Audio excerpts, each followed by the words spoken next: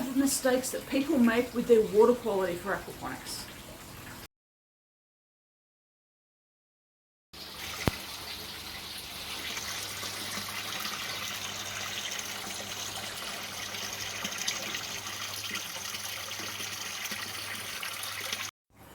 Check out the description to find some more information about aquaponics and how you can move forward and get this happening.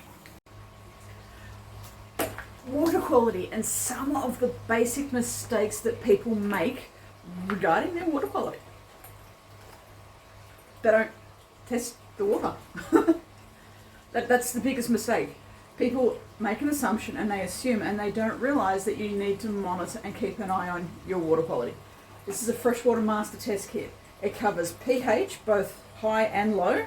It covers ammonia, nitrite and nitrate. These are the essential ones that you're needing to do.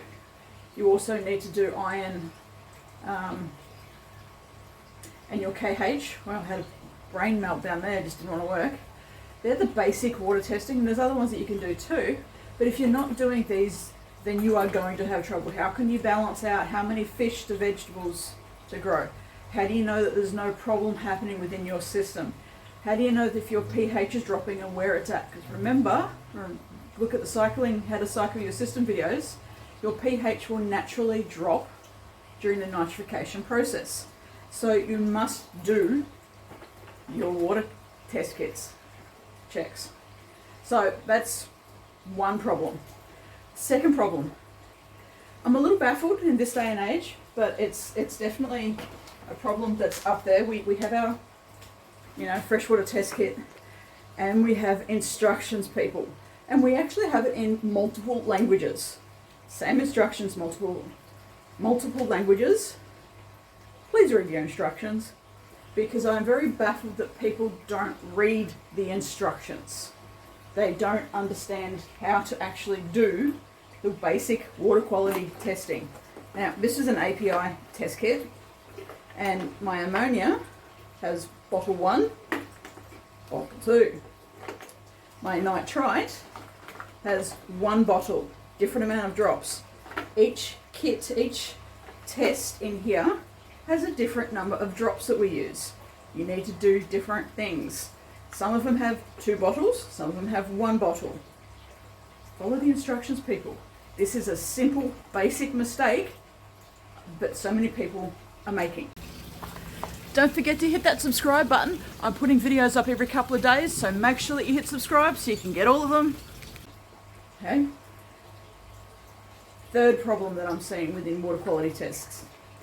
Following the instructions means that when it says shake, you give it a really, really good, proper shake for the amount of time it says to do it for. So our nitrate, for instance, the second bottle of the nitrate, we have to give this one 10 drops, second bottle, shake for 30 seconds. This vigorous shake, okay, this is what's needed for 30 seconds. If you don't shake these reagents, as they say to, you're not going to get the accurate results, and that is going to cause a problem. Okay, shake, shake, shake, shake, do a little dance, make it, you see, I'm not even shaking that right because I'm stopping. Silly mood, but that's okay. Okay, so what's another thing people are doing wrong?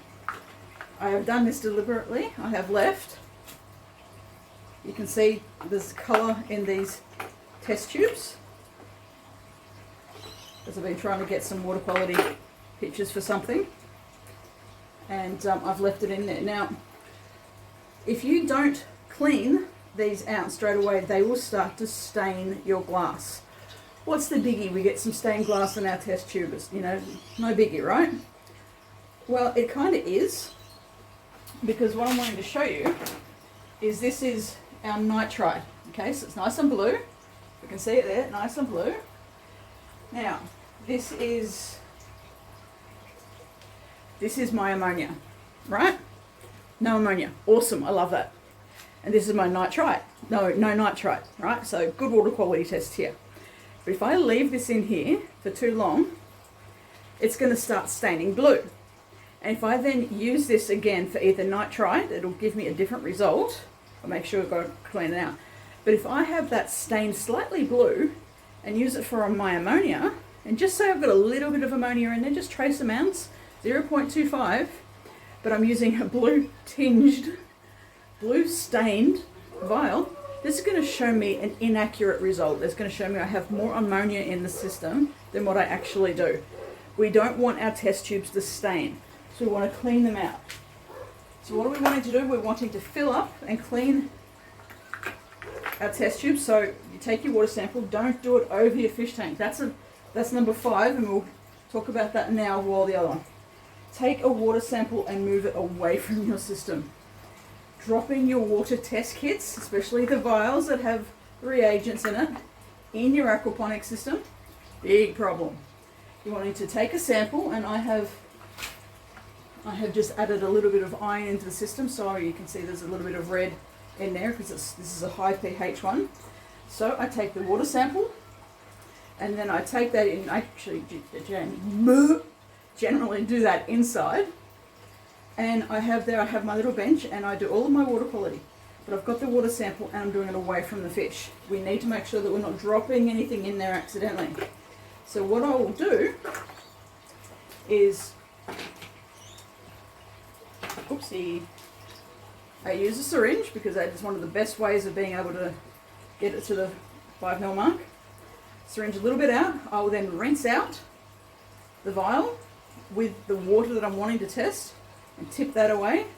Using the syringe, fill it up again at the accurate mark. Remember, you've got to fill it up to the right marks. If you don't fill it up to the right marks, it won't work. You will get the wrong answer. Then you use your reagents. You wait your 5 minutes. See what it is. Write it down. Clean your test tubes. You don't want them to be staining. You don't want there to be any problems. You want nice, clean, clear results. These are some really basic things, people, but it's amazing how we forget the basics and we move on and we worry and then we have mistakes. So these are the 5 basic things. Test your water. Test your water. Follow the instructions. You kind of need to know what the water quality means once you have it happening. Make sure you shake the hell out of your bottles. And, 1 bottle, 2 bottle, where it needs to be. 1 bottle, 2 bottle, 3 bottle, 4. Doing all of the things that your instructions tell you to do. Don't use dirty test tubes. Clean them out once you've used them. And do not test your water over and around your aquaponics system.